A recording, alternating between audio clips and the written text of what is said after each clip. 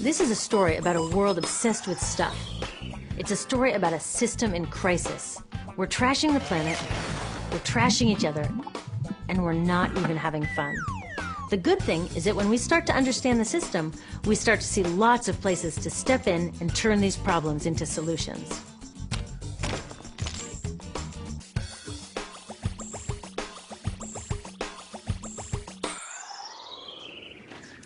The other day, I couldn't find my computer charger. My computer is my lifeline to my work, my friends, my music. So I looked everywhere, even in that drawer where this lives. I know you have one too, a tangle of old chargers, the sad remains of electronics past. How did I end up with so many of these things? It's not like I'm always after the latest gadget. My old devices broke or became so obsolete I couldn't use them anymore. And not one of these old chargers fits my computer. Ugh! This isn't just bad luck. It's bad design. I call it design for the dump. Design for the dump sounds crazy, right? But when you're trying to sell lots of stuff, it makes perfect sense.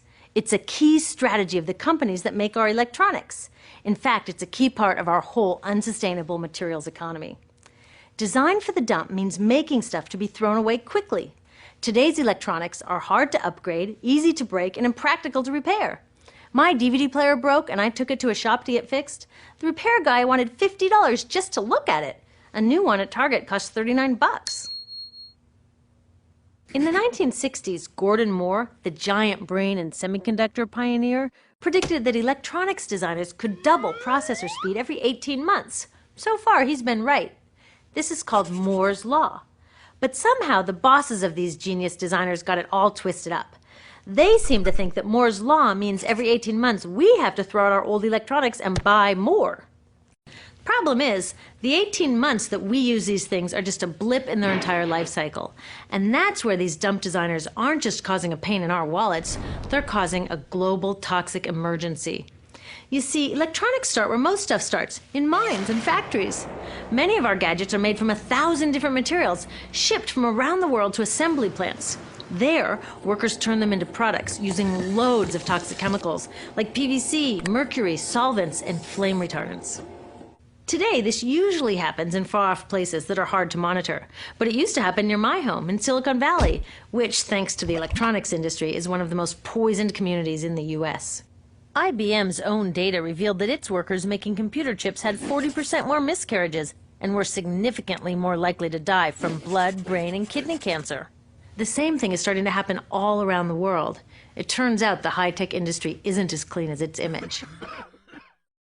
So, after its toxic trip around the globe, it lands in my hands. I love it for a year or so, and then it starts drifting further from its place of honor on my desk or in my pocket. Maybe it spends a little time in my garage before being tossed out. And that brings us to disposal, which we think of as the end of its life. But really, it's just moved on to become part of the mountains of e-waste we make every year. Remember how these devices were packed with toxic chemicals? Well, there's a simple rule of production. Toxics in, toxics out. Computers, cell phones, TVs, all this stuff is just waiting to release all their toxics when we throw them away. Some of them are slowly releasing this stuff even while we're using them. You know those fat old TVs that people are chucking for high-def flat screens?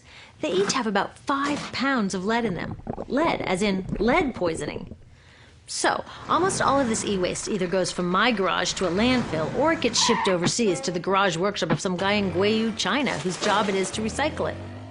I've visited a bunch of these so-called recycling operations.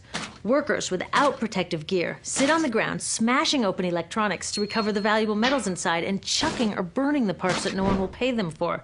So while I'm on to my next gadget, my last gadget is off poisoning families in Guiyu or India or Nigeria.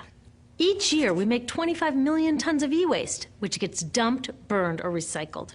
And most recycling is anything but green. So are the geniuses who design these electronics actually evil geniuses? I don't think so, because the problems they're creating are well hidden even from them. You see, the companies they work for keep these human and environmental costs out of sight and off their accounting books. It's all about externalizing the true costs of production. Instead of companies paying to make their facilities safe, the workers pay with their health. Instead of them paying to redesign using fewer toxics, villagers pay by losing their clean drinking water. Externalizing costs allow companies to keep designing for the dump. They get the profits and everyone else pays. When we go along with it, it's like we're looking at this toxic mess and saying to companies, you made it, but we'll deal with it. I've got a better idea. How about you made it, you deal with it? Doesn't that make more sense? Imagine that instead of all this toxic e-waste piling up in our garages or in the streets of Guayu, we sent it to the garages of the CEOs who made it. You can bet that they'd be on the phone to their designers pretty fast demanding they stop designing for the dump. Making companies deal with their e-waste is called extended producer responsibility, or product take-back. If all these old gadgets were their problem, it would be cheaper for them to just design them longer lasting, less toxic, and more recyclable in the first place. They could even make them modular so that when one part broke, they could just send us a new piece instead of taking back the whole broken mess. Already take-back laws are popping up all over Europe and Asia. In the US, many cities and states are passing similar laws. These laws need to be protected and strengthened. It's time to get these brainiacs on our side. With take-back laws and citizen action to demand greener products, we can start a race to the top where designers compete to make long-lasting, toxic-free products. So let's have a green Moore's Law. How about the use of toxic chemicals will be cut in half every 18 months? The number of workers poisoned will decline at an even faster rate. We need to give these designers a challenge they can rise to and do what they do best: innovate. Already, some of them are realizing they're too smart to be dump designers and are figuring out how to make computers without PVC or toxic flame retardants. Good job, guys. But we can do even more. When we take our e-waste to recyclers, we can make sure they don't export it to developing countries. And when we do need to buy new gadgets, we can choose greener products. But the truth is, we are never going to just shop our way out of this problem, because the choices available to us at the store are limited by the choices of designers and policymakers outside of the store. That's why we need to join with others to demand stronger laws on toxic chemicals and on banning e-waste exports.